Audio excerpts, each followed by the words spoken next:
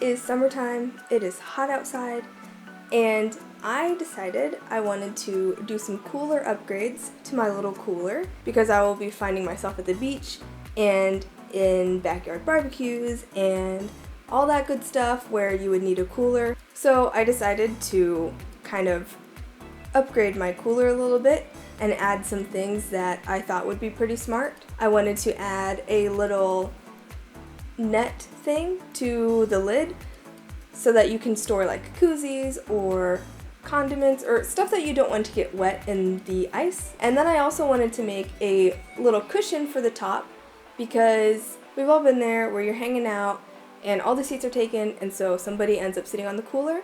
So I figured I would try to make it a more comfortable seating option. So let's get started. For this project, I used a cooler, of course, nylon netting. I used a net thing that's made for hanging up in the bathtub for toys. I'll leave an affiliate link to the one that I got down in the description box below. Automotive clips. I originally bought these off-white ones that were supposed to be white, and I decided to just use them anyway, and then I ultimately ended up hating them because really they looked bad. So I went back and I replaced them with some black ones that laid more flush. Also, I used some silicone caulk to seal the parts where the clips go. I'm not sure if that's actually needed. Since I was drilling holes into the lid, I wanted to make sure that I sealed them back up, but then I realized the lid already had some holes in it, so it didn't really matter. Anyway, a drill with a bit that's as big as the automotive clip shafts, outdoor fabric. The amount you need would change depending on how big your cooler is. Mine was pretty small, so I didn't need much. I actually got way more than I needed. Foam, matching heavy-duty thread, a screw snap fastener kit. I actually initially used some snap buttons to attach the cushion to the cooler, hooking it around the handles. But after I finished that up, I learned about these screw fasteners, so I redid the whole cushion. I'm going to be teaching you guys the updated version because I think that it's superior than what I did initially. Again, I'll leave a link to these down below. The net I got was actually a little bit too tall for what I wanted, so I had to alter it a little. I cut the loops off of the corners, and I cut a few inches off the bottom, and then I used the loop bits to sew along the bottom edge.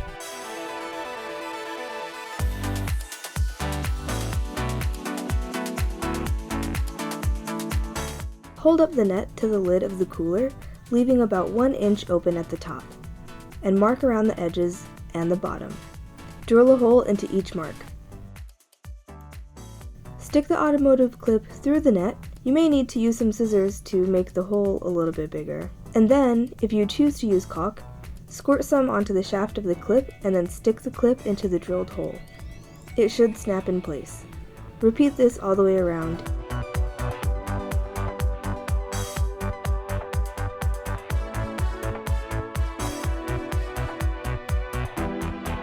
Like I mentioned earlier, I actually went back and replaced these automotive clips with some black ones that sat flush and looked better than the off-white. Now it's time for the cushion. Find the measurement of the width and the depth of your cooler lid and cut out a piece of foam accordingly.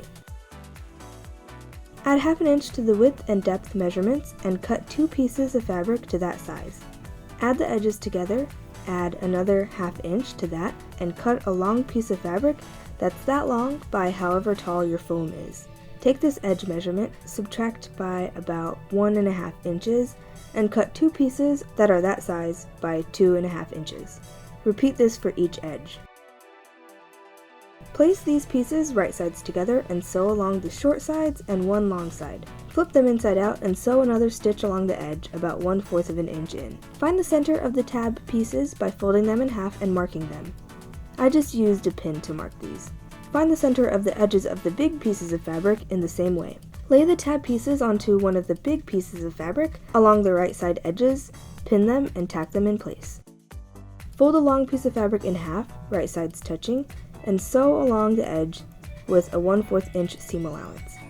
While it's folded in half, mark the other side, and then match the mark to the seam and mark the sides again. Start pinning this piece onto the long piece, matching up the center marks accordingly, and then sew. Repeat that for the other side, but leave about 6 inches or so open on one of the edges. Flip inside out and stuff it with the foam, and then sew the cushion closed. Make a mark on each tab for the snap pieces. I thought I got more, but the pack that I got only had 6 pieces, so I did 1 on each short side and then 2 on the corners of the long sides. I'm probably going to go back and add some more snaps later. Follow the directions to add the snaps onto the cushion. Mine said to snip a hole where you want the snap, push the snap piece through the hole, line up the other components, and hammer the pieces together using the tools in the kit. Repeat this for all of the snaps. Lay the cushion onto your cooler and make a mark where each snap lays. Use a drill to install the screw side of the snap. Repeat this for each mark. Snap the cushion in place, and then you're done. This type of cushion is great because it doesn't affect how the lid opens and closes. In the first version of this cushion, I made it hook around the handles, so if you wanted to open the cooler, you'd have to unsnap and remove the cushion before you could even get into it, which is not ideal. Anyway, here it is all done. The cushion is great because now it's a nice little seat, but I really love the net on the inside because I always end up forgetting to grab koozies, so now I'll be able to just throw them in there and they'll be readily available. I hope you all enjoyed this video. If you did, please leave a like. If you want to see more, then feel free to subscribe. I post art videos every Tuesday and DIY videos every Thursday. You can follow me on Twitter, Tumblr, Instagram, Pinterest, and Snapchat, and I'll leave the information to those down below. If you have any questions or suggestions for future videos, please leave a comment down below, and I'll see you next week.